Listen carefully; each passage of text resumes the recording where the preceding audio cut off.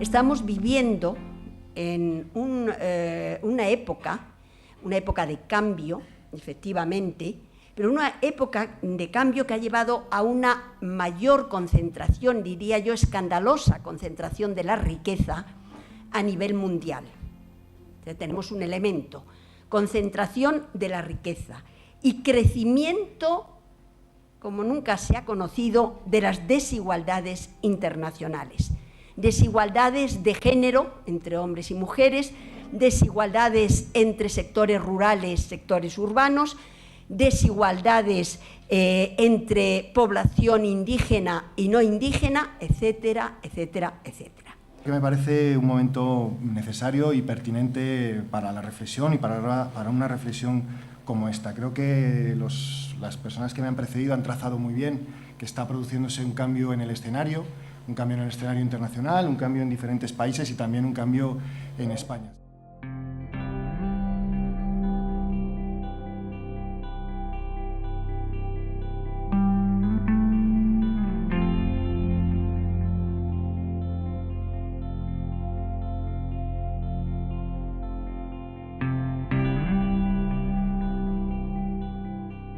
La aparición del sector privado, ¿no?, que es otro de los elementos que cada vez tiene más fuerza, ¿no? El sector privado aparece como un actor primordial en muchas narrativas, ¿no? Hablemos de Busan, hablemos de la Agenda para el Cambio de la Unión Europea, hablemos de las agendas propias de cambio climático, de desarrollo sostenible. Cada vez tiene más peso el sector privado como actor. ¿Cómo ONGs pueden captar financiamiento del sector privado para hacer sus proyectos? Y eso es un debate totalmente diferente, no tiene nada que ver con actor en desarrollo, tiene que ver con financiamiento de ONGs. Y yo veo que muchas ONGs europeas hoy quieren entrarle al tema del sector privado en desarrollo únicamente o principalmente por esta última razón, que es en un momento donde los subsidios estatales disminuyen, cómo captar un financiamiento alternativo con el sector privado. Y eso realmente yo no quiero juzgar si una ONG necesita hacer eso, que lo haga, pero que no diga que el sector privado en desarrollo es beautiful y que va a solucionar los problemas del mundo solo porque necesitamos un poco de financiamiento. Eso para mí es la línea que no tenemos que cruzar. El problema es que la aproximación al sector privado en el desarrollo que se está gestando o que se está implementando, llevando a cabo en estos momentos, es una visión bastante amnésica, que se olvida no solo de los fracasos y de las lecciones que tendríamos que aprender del pasado, pero sino que se olvida también del rol que determinados actores del sector privado han tenido en causar la crisis global en la que estamos. Por supuesto, el sector privado siempre fue un actor en la cooperación al desarrollo o un actor en contra o en favor, más cuando te das cuenta que se trata de los 99.5%. Y lo interesante de ese ingreso, yo creo que es más que de esa agresión, digamos, del sector privado de meterse en una agenda de desarrollo, también pone a la vista lo que realmente hacen en países de desarrollo. Y eso también abre el espacio para poner en debate si pretenden ser sustentables, sociales, etcétera, pero sabiendo que no es así, también les hace muy vulnerables a su imagen y su reputación para un buen debate público. Concord es muy crítico sobre el desenvolvimiento de las multinacionales en países en desarrollo. Volvemos al tema, no pagan impuestos, no respetan los derechos humanos mínimos que tenemos aquí a nivel laboral, etcétera, etcétera.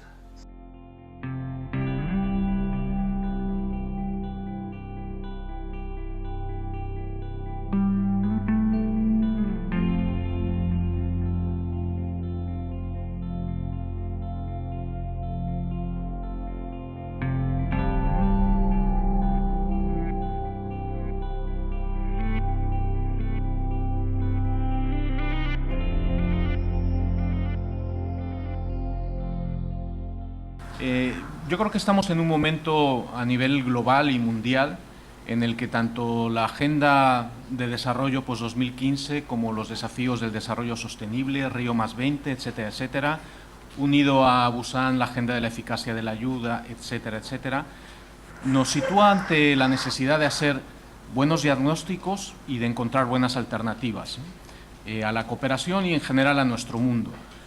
Si bien somos buenos haciendo diagnósticos y ahí hay grandes coincidencias, las dificultades suelen venir más a la hora de plantear alternativas reales, ¿no? Y es quizás ahí donde estamos más confusos, pero vamos viendo algunas tendencias y algunos elementos que van surgiendo, ¿no? Los actores de cooperación, la sociedad civil, nos enfrentamos a este reto de la dualidad de agendas o del solapamiento de agendas entre la agenda doméstica y la agenda internacional, ¿no? Que nos obliga a tener una nueva mirada o a desarrollar una mirada en la que el conjunto de los actores tengamos que resituarnos o recolocarnos. ¿Cuál es el rol social y político que las ONGs pueden contribuir en este contexto y en este futuro? Y evidentemente nos extrañará oír que yo personalmente creo que el rol que podemos contribuir será mucho más constructivo y mucho más productivo si elaboramos nuestra identidad como actores sociales y políticos, como actores de cambio social y político, que no simplemente como contractors de la ayuda oficial. La capacidad de análisis, la capacidad de interpretación, la capacidad de construcción y reconstrucción de la realidad. En un momento en el que hay que construir una narrativa del desarrollo, en un momento en el que hay que hacer aportaciones en el contexto de la Agenda Post-2015, es importante que las ONGs y la sociedad civil apostemos por ser actores que produzcamos conocimiento. El conocimiento es poder y el conocimiento crítico es poder de argumentación y poder de construcción. Y pensábamos que contando la historia del pobre niño que tiene hambre en el sur iba a ser suficiente para conectarnos con nuestra sociedad aquí. Sabemos que el respaldo de los donantes es todavía bastante alto, los donantes privados, aún en países de crisis, pero no es suficiente para realmente responder a los desafíos políticos del futuro. Y de manera clara, creo, estos 2-3 últimos años, muchas ONGs se están dando cuenta que tenemos que reinventarnos, así lo decimos nosotros, no para decir que todo lo que hicimos está mal, pero hay que revalidar lo que se hizo bien y reorientar, reinventar lo que hace falta para ser un actor útil en la sociedad del siglo XXI.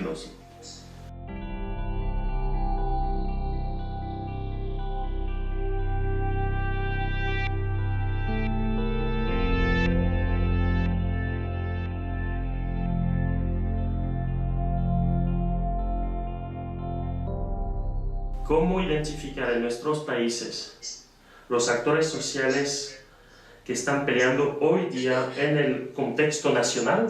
Pues no sé, en España tal vez alrededor de las expulsiones, hipotecas y de la gente que sale de este movimiento, no me recuerdo cómo se llama, su nombre PHA o algo así, o PAH, y construir sobre estas luchas nacionales una agenda internacional sobre temas de sistema bancario o sistema de housing, de vivienda, que el espacio político de la sociedad civil está bajo ataque y bajo amenaza casi en todas partes del mundo. Pues que a nuestras fronteras vemos que aún en Rusia, empezando por Rusia y en otros países europeos, los gobiernos están atacando a la sociedad civil. Que la sociedad civil es un actor fundamental, siempre desde una mirada autocrítica y repensando estos ámbitos y si realmente estamos aportando estos ámbitos, pero es un actor fundamental para una gobernanza global, centrada en las personas, centrada en los derechos humanos y centrada en la responsabilidad. Y en este sentido creo que es importante trasladar esta sensación o esta visión a la Administración General del Estado, a nuestros interlocutores políticos. Somos actores, la sociedad civil es un actor para la gobernanza global, por lo tanto no puede ser excluida de ninguno de los procesos de toma de decisiones y de ninguno de los procesos de construcción y definición de la agenda.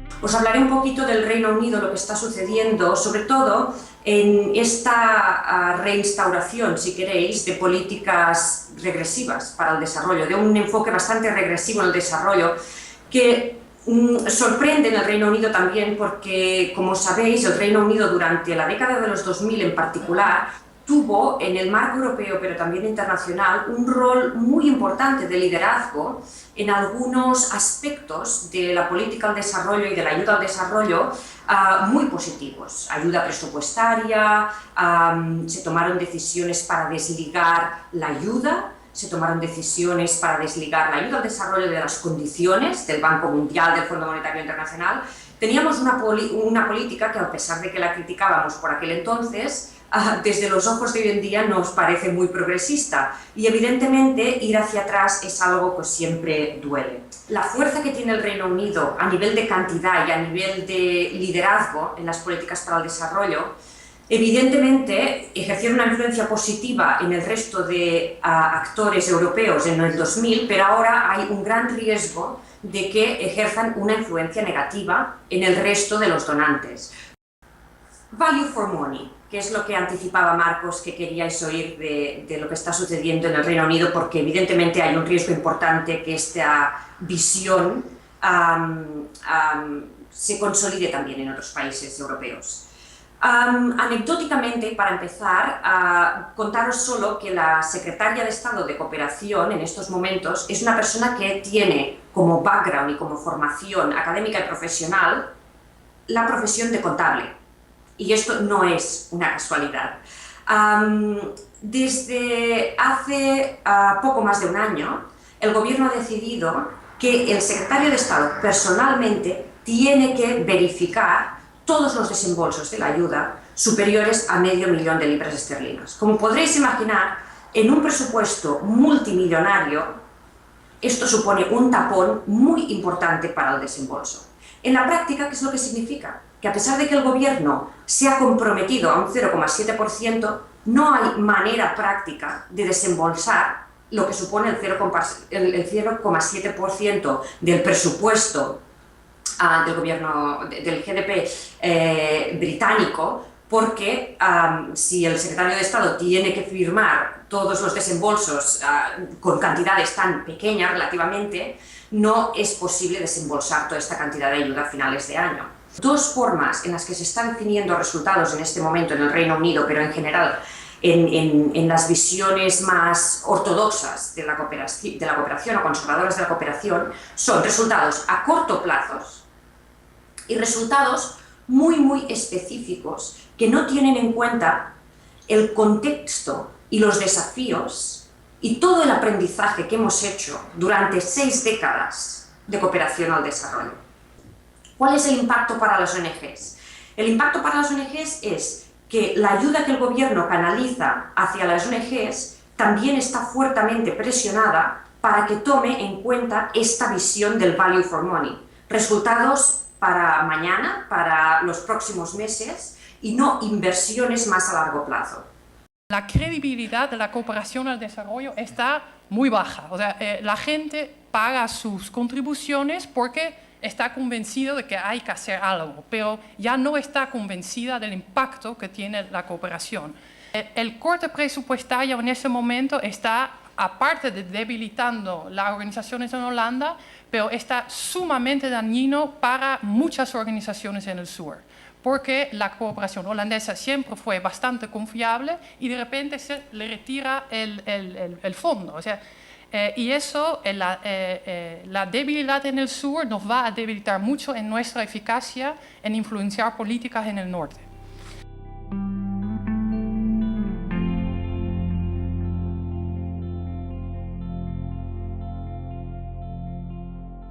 Se habla mucho de alianzas entre ONGs, que es necesario, ya dijo, nosotros estamos mirando en el resto del mundo cómo fortalecer nuestras alianzas con organizaciones que quieren lo mismo que nosotros. Y se habla mucho del sector privado, pero no se habla nada de alianzas con institutos de investigación que a veces también están liados bastante con el Estado. Y esas son las instituciones que tienen interés en lo que hacemos y en parte tienen mucha gente que están convencidos lo mismo que nosotros. Entonces, no nos olvidemos de que hay instituciones que investigan, bueno, pueden ser mucho, de salud, etcétera, que son contrapartes nuestros en nuestro propio país, que pueden ayudar a fortalecer nuestra agenda y nuestro discurso público para que sea más aceptado para el resto de la sociedad. Muchas veces las alianzas que asumimos o las alianzas que por un determinado contexto asumimos nos alejan también de estos ámbitos en los que verdaderamente las ONGs y la sociedad civil tienen ese reconocimiento estratégico y aporta ese valor estratégico, ¿no? Está identificando el tema de las alianzas como uno de los temas fundamentales sobre nuestro rol. Las alianzas no solo con ONGs en el sur, pero las alianzas también en Europa. Con quién trabajamos, con quién articulamos aquí en nuestros propios países. Muchas ONGs del sur no les interesa tener un actor enfrente, como nosotros, ONGs tradicionales de desarrollo, que solo habla de su país a ellos. Quieren un interlocutor que pueda hablar de España, de la política en España, que puede ponerlo en contacto con los sindicatos españoles, que le puede abrir puertas sobre el cooperativismo español, que es tan activo, que quieren estar construyendo relaciones con movimientos de mujeres ahí y acá. Las organizaciones de la sociedad civil, entre las que nos contamos las organizaciones no gubernamentales, somos agentes de cambio, nos decimos, esta palabra la usamos mucho, somos agentes de cambio social. Sin embargo, esta realidad, este ADN que llevamos en nosotros y nosotras de ser actores de cambio social supone acción, supone participación y supone compromiso.